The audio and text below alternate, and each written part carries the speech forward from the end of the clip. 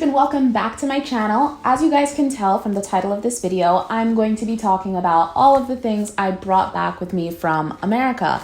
Every time I go to the United States, I end up lugging back a bunch of stuff that I either can't really find easily in Italy, costs way too much in Italy, or either I can't find it or it costs too much here. And so I thought, why not make a video out of that? Do you guys ever wonder what an American would smuggle back with them? This is the video for you. With no further ado, let's get right into it. If you guys are wondering about this new hairstyle, I actually just uploaded a video the other day talking all about my new collection of wigs, which is actually the first thing that I brought back with me from the States. Not one, not two, but 7 full-laced synthetic wigs. I explained all about this in specific in that video, but just to say, in short, in this video, the reason that I got them in the States and the reason why I bought so many is because it is so hard to find hair products in general. Black hair products in Europe in general are going to be pretty impossible to find, and then shipping them into Europe is going to be pretty complicated as well. I've been here for almost 7 years and I'm still trying to find my way around this, trying to cope with living this way and not having access to the things I'm used to having access to. 6 years later, 7 years later, and we still don't have the answer. So what happens is every time I go back to the States, I'll stock up on all of my hair products. So I'm talking shampoo, conditioners, and I did get my shampoos and conditioners from the States. Any type of like hair supplies that go with doing my hair. Like I got one of those hot combs, a classic in every Black household, right? Well, I didn't have one in my house up until right now. I just bought a new one with me from the States. And like I said, 7 wigs, because not only were the wigs like widely accessible in the States, but they cost so little. I couldn't resist. Nobody told me that a $20 wig could look like this. Actually, this wig, which is one of the wigs that I brought, was I think $30. Nobody told me.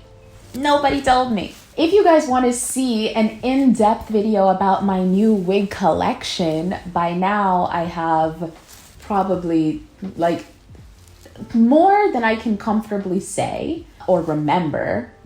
But until then, just know that I brought back with me 7 wigs from America. Staying on the topic of like hair care and beauty, I usually come back with a lot of makeup because there are just things that come out earlier in the States or again, are available in the States but not available in the EU at the moment. This time, the only thing I brought back with me from America in terms of makeup and beauty is this one product by Danessa Myricks. She's one of my personal faves when it comes to makeup these days. She's my favorite makeup artist that I follow, and her products just came out at the Sephora, but in the United States. And it's not even the full product range. So I was really excited to get my hands on a bunch of things. Then I got to the actual store and found out that a lot of things that I like weren't actually there. But I'm still super happy that I was able to pick up one product in particular that is supposed to make your... It says it's all around the face gloss, so you can use it as a lip gloss or put it on other like points of light on your face if you want to. But the reason why I bought it and the reason why I was interested in it is because it can turn your eyeshadows glossy in a way that apparently a normal lip gloss wouldn't do. So all that aside, I'm happy to support her because like I said, favorite makeup artist of the moment, you guys should totally check her out, and that's what I got. And just to close the beauty parentheses, I also got a lot of eyelashes because I usually get my eyelashes from this site called Tati, but Tati is located in the UK. And recently things have been getting a little bit weird with Brexit and also a little bit weird with those eyelashes. I think, this is my theory, that they have like a reaction with the cold air from the atmosphere and the hot air from your mouth shooting up onto your eyelashes via the masks. And what would happen with my eyelashes from Tati that I used to love is that they would just shrivel up and curl into these things that I don't even know how to describe. I don't think it would be appropriate to describe them on YouTube. I'd probably get demonetized, but you guys can look at them and, you know, come to your own conclusions. I don't know why this kept happening, but Black Friday I ordered a bunch of lashes from Tati, and by February they all ended up looking like this, because every time I would wear them outside, they would end up looking like this, which was annoying. And given that happened, plus Brexit, I said, you know what, I want to try something new. So I actually bought a bunch of different lashes when I was in the States. Most of them are from this brand called Kiss, which is, it's so nostalgic because it's a brand that I used to use in like high school and middle school, and now here I am using it again. I have Kiss lashes on right now. I mean, they're not as dramatic as the Tati ones that I'm used to, but they're not even bad. And they cost around like $4 if I'm not wrong, so I just picked up a bunch of them. It's no longer in the beauty and hair, I would say, but it is in like the cosmetics, and it's Crest white strips. Every time I go to America, I have to come back with my white strips. People are always asking me, Tia, how are your teeth so white? Now you know the secret. That's not a secret at all because I've always said it. I use whitening strips on my teeth. Every few years or so, I'll put them on for about a week, and then my teeth will end up like this. In terms of food and snack, now all my Italian followers will probably be like, oh my God, she's talking about food in a video about what she brought from America to Italy? I'm glitching. I didn't bring back food. I brought back snacks and some products that I wouldn't be able to find here. It's always the same discourse, you know? What I cannot find or what I cannot afford in Italy. In terms of like snacks and stuff, I just bought a bunch of assorted candies. Some of them are available in Italy but cost way too much. For example, Skittles. Some of them are not available in Italy. And I mostly just bought these for Enrico because I didn't really know what to bring him back. And you can never really go wrong with snacks from America. I think that we can comfortably say that Americans have the best snack in the world. I mean, why else would we have such high obesity rates? Okay, fine. The whole world wants to clown us for being obese. Fine, but at least admit that if we're obese, it must be because the food tastes good. Why else would you keep putting it in your mouth? Brought back a lot of snacks. I ate terribly when I was in the States. I'm completely aware of this fact, but you know what? YOLO.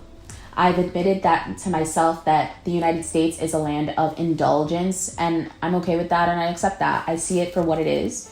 And when I go, I live it for that. And then when I'm not there anymore, I obviously live my normal life. Another thing that I always bring back with me would be my medicines. Can't go without my over-the-counter drugs. First and foremost being, all of these things either you can't get in Italy without a prescription or they cost too much. For example, antihistamines. I found out this year that antihistamines are only available to you on a prescription, or at least the kind of antihistamines that would counteract an allergic reaction. I get the logic behind this. The logic is that they want you to go and consult your doctor before doing anything to yourself. But not everybody has the time, not everybody has the patience, and actually, given the last interaction that I had with my doctor, I had to find a new doctor because non ce la facevo più. I had an allergic reaction, and this woman wanted to tell me that it was hepatitis C. In the end, I obviously didn't have hepatitis C, and it was an allergic reaction to a thing that I ate. And I knew that it was an allergic reaction because I've had allergic reactions in my life before. And what did I do when I had an allergic reaction in the past in America? I would drink some Benadryl, and then I wouldn't have an allergic reaction anymore. Crazy. Meanwhile here, the doctor, since she thought that I had hepatitis when I did not have hepatitis, all that ended up happening was that I didn't get the medicine that I actually needed. Or at least not in the most straightforward way that it should have been. So to avoid all of that in the future, I'll just add antihistamines to my list of medicines that I only get in America once or twice a year. Other medicines on that list are Dayquil, NyQuil, ZQuil, ibuprofen, because ibuprofen is really expensive in Italy. Don't ask me why, because I don't know. But I get ibuprofen from the States. And maybe that's it for now. Kind of randomly, I did bring back some like Jamaican food, because if I can't find some American foods in Italy, of course I'm not going to find any Jamaican foods in Italy. So I got this really unauthentic ackee in a can, because well, can't find authentic Jamaican food in America either. But anyways, me and Enrico wanted to try to make some more dishes from my cultural background, just to spice it up every once in a while. He had learned how to make some of this stuff when we were in Jamaica, and so now I've got the materials for us to try to make some in Italy too. Stay tuned to see what happens. But until something happens, just know that corned beef and ackee were on the list of things that I brought back from America. Well, there you guys have it. All of the things that I brought back with me, that Ultra channel. I would love to know, what do you guys bring back when you come back to Italy or any other place that you live that you're not from? My fellow foreigners and immigrants, what do you bring back from your home country whenever you go home to your host country?